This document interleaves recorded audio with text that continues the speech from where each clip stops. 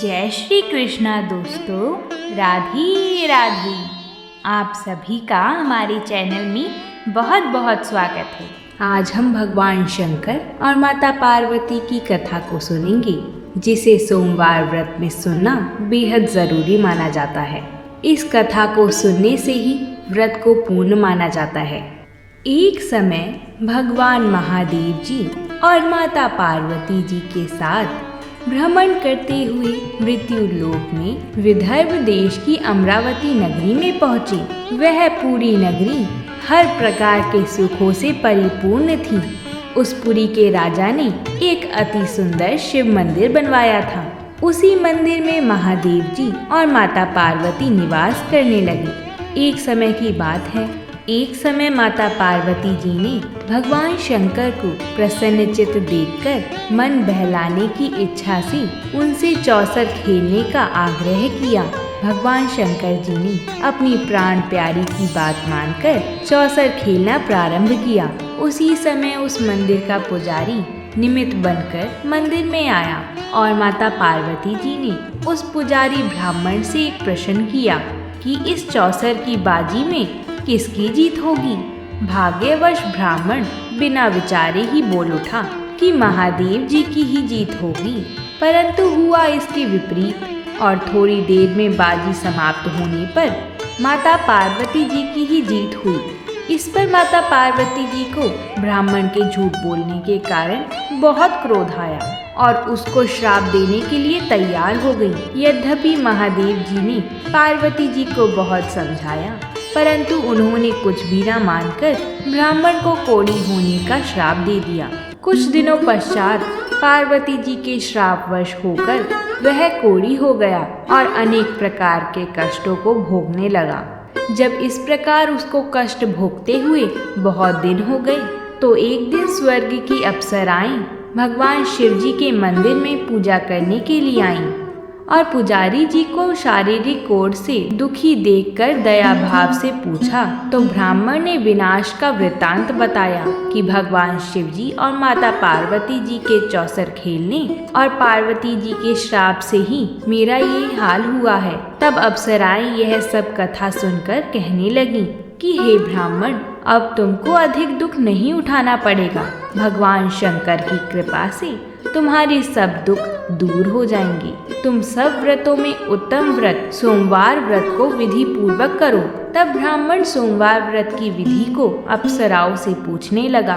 अप्सराएं कहने लगी कि सोमवार व्रत को स्नान आदि से निवृत्त होकर अच्छे वस्त्र धारण कर फिर आधा किलो खूब अच्छी तरह शुद्ध भुने हुए गेहूं का आटा लेकर उसका प्रसाद बनाओ और फिर उसके 3 भाग कर लो। फिर चंदन, अक्षत, फूल, धूप, नैवेद्य, बेलपत्र, धतूरा आदि लेकर प्रदोष काल में भगवान शंकर का पूजन करो। भगवान शंकर का पूजन भक्ति और श्रद्धा से युक्त होकर करो। फिर प्रसाद के 3 भागों में से एक भाग भगवान शंकर का प्रसाद समझकर उपस्थित सज्जनों को बांट दो और आप भी प्रसाद पालो। इस प्रकार 16 सोमवार तक व्रत करो। फिर 17वें सोमवार को पाव भर शुद्ध गेहूं का आटा लेकर उसकी बाटी बनाओ और उसमें घी, शक्कर, गुड़ परिणाम सहित मिलाकर चूरमा बनाओ और शिव जी का भोग लगाकर उपस्थित सज्जनों को बांट दो। साथ ही आप भी प्रसाद पालो। इस प्रकार करने से भगवान शंकर की कृपा से मनुष्य के सब मनोरथ पूरे हो जाते हैं। ऐसा कहकर अप्सराएं तो स्वर्ग चली गई और उस ब्राह्मण ने अप्सराओं की कथा अनुसार विधिवत 16 सोमवार तक व्रत किया और भगवान शंकर की कृपा से रोग मुक्त होकर बड़े आनंद से रहने लगा। कुछ काल व्यतीत हो जाने पर भगवान शिव और माता पार्वती जी फिर उसी मंदिर में पधारे। उस ब्राह्मण को श्राप मुक्त देखकर पार्वती जी ने बड़े आश्चर्य से पूछा कि रोग मुक्त होने का क्या कारण है। तब ब्राह्मण ने 16 सोमवार की सब कथा सुनाई। माता पार्वती व्रत का वृतांत सुनकर बहुत ही प्रसन्न हुई और उन्होंने भी विधि पूर्वक इस व्रत को किया तथा व्रत के प्रभाव से उनके गए हुए पुत्र स्वामी कार्तिकेय स्वयं आकर माता के आज्ञाकारी हुए। कार्तिकेय जी को अपने विचारों में परिवर्तन होने का कारण जानने की बड़ी भारी इच्छा हुई और उन्होंने माता जी से इस रहस्य का कारण सुनने की इच्छा प्रकट की। तब माता पार्वती जी ने 16 सोमवार व्रत की कथा सुनाई। तब उन्होंने भी इस व्रत का प्रभाव सुनकर, उनका एक मित्र ब्राह्मण बहुत दिनों से परदेश गया हुआ था, उससे मिलने की इच्छा से इस व्रत को धारण किया और उनका मित्र बहुत शीघ्र ही आकर कार्तिकेय जी से मिला और उनसे अकस्मात मिलने का रहस्य कार्तिकेय जी से पूछा। उन्होंने उत्तर दिया कि हमने तुमसे मिलने के लिए 16 सोमवार का व्रत किया था, उसी के प्रभाव से तुम मिले हो। ऐसा सुनकर ब्राह्मण ने भी अपने विवाह की इच्छा से विधि पूर्वक इस व्रत को किया। इस व्रत के प्रभाव से एक समय ब्राह्मण कार्यवश किसी दूसरे देश में गया तो उस समय वहाँ के राजा की कन्या का स्वयंवर था और अनेक देशों के राजकुमार राजकुमारी के साथ विवाह करने की इच्छा से वहाँ आए हुए थे।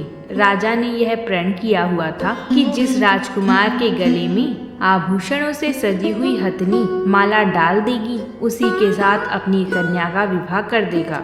ब्राह्मण भी स्वयंवर देखने के लिए वहाँ गया हुआ था और भाग्यवश हथिनी ने माला ब्राह्मण के गले में डाल दी। राजा ने प्रतिज्ञा अनुसार अपनी कन्या का विवाह उस ब्राह्मण के साथ करा दिया और उसको बहुत धन दिया तथा उसका बहुत सम्मान करके संतुष्ट किया। ब्राह्मण उस राजकन्या को पाकर अति प्रसन्न से अपना जीवन व्यतीत करने लगा। एक समय उस राजकन्या ने अपने पति से कहा कि हे प्राणनाथ, आपने ऐसा कौन सा पुण्य काम किया था जिसके प्रभाव से हथिनी ने सब राजकुमार को छोड़कर आपके ही गले में वरमाला डाली।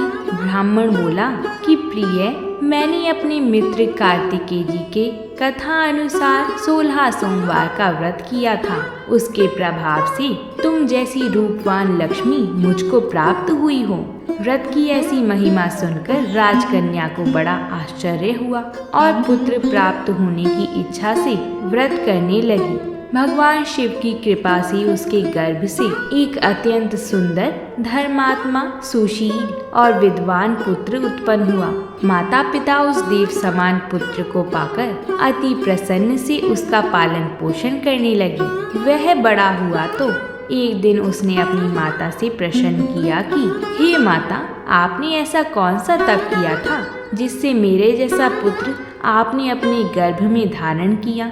माता ने अपने पुत्र की प्रसन्नता के लिए वही 16 सोमवार व्रत का विधान कहा। जब पुत्र ने मनोवांछित फल देने वाले ऐसे सरल व्रत का वृतांत सुना तो वह भी राज्य अधिकार पाने की इच्छा से इस व्रत को करने लगा। उसी समय किसी देश के वृद्ध राजा के दूतों ने आकर उसको राजकन्या के योग्य समझकर कन्या का विवाह करके अति प्रसन्नता को प्राप्त हुआ।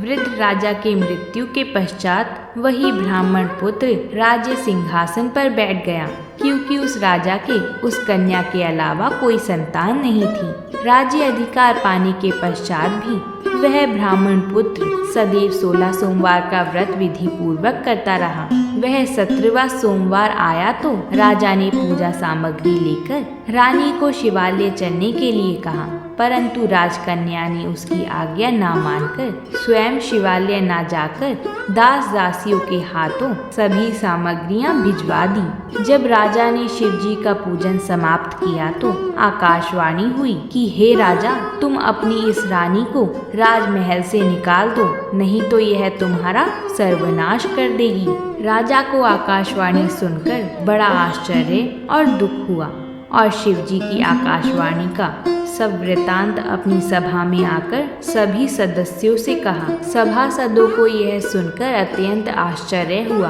और दुख हुआ कि जिस राजकन्या के कारण इसको राज प्राप्त हुआ, उसी को निकालने के लिए सब प्रपंच रच रहा है, परंतु राजा ने उसको निकाल ही दिया। रानी अति दुखित होकर अपने भाग्य को कोसती हुई नगर से बाहर चली गई। पैरों में जूती नहीं, नंगे पैर, फटे हुए वस्त्र पहनी भूख से दुखित रानी धीरे धीरे चलकर एक नगरी में पहुंची। वहां पर एक बुढ़िया कुछ सूत काटकर बेचने जा रही थी। रानी की दीन अवस्था देखकर कहने लगी कि तू मेरे साथ चलकर सूत बिकवा दे। मैं वृद्ध हूँ, कुछ भाव आदि का पता नहीं। रानी ने सूत की गठरी बुढ़िया के सर से उतारकर अपने सिर पर रख ली। अभी थोड़ी ही दूर गई होगी कि ऐसी आंधी आई कि बुढ़िया का सारा सूत पोटली समेत उड़ गया। बुढ़िया रोती और पछताती रह गई और रानी को अपने साथ से दूर रहने को कह दिया। तब रानी एक तेली के घर गई तो तेली के घर में जितने तेल के घड़े थे सब चटक गई। ऐसी दशा देखकर तेली ने उसको भाग्यहीन समझकर अपने घर से निकाल दिया। रानी इस प्रकार दुखी होकर एक नदी के तट पर जल पीने के लिए गई तो नदी का सब जल सूख गया। फिर रानी एक बाग में गई जिसमें एक बड़ा सुंदर सरोवर था।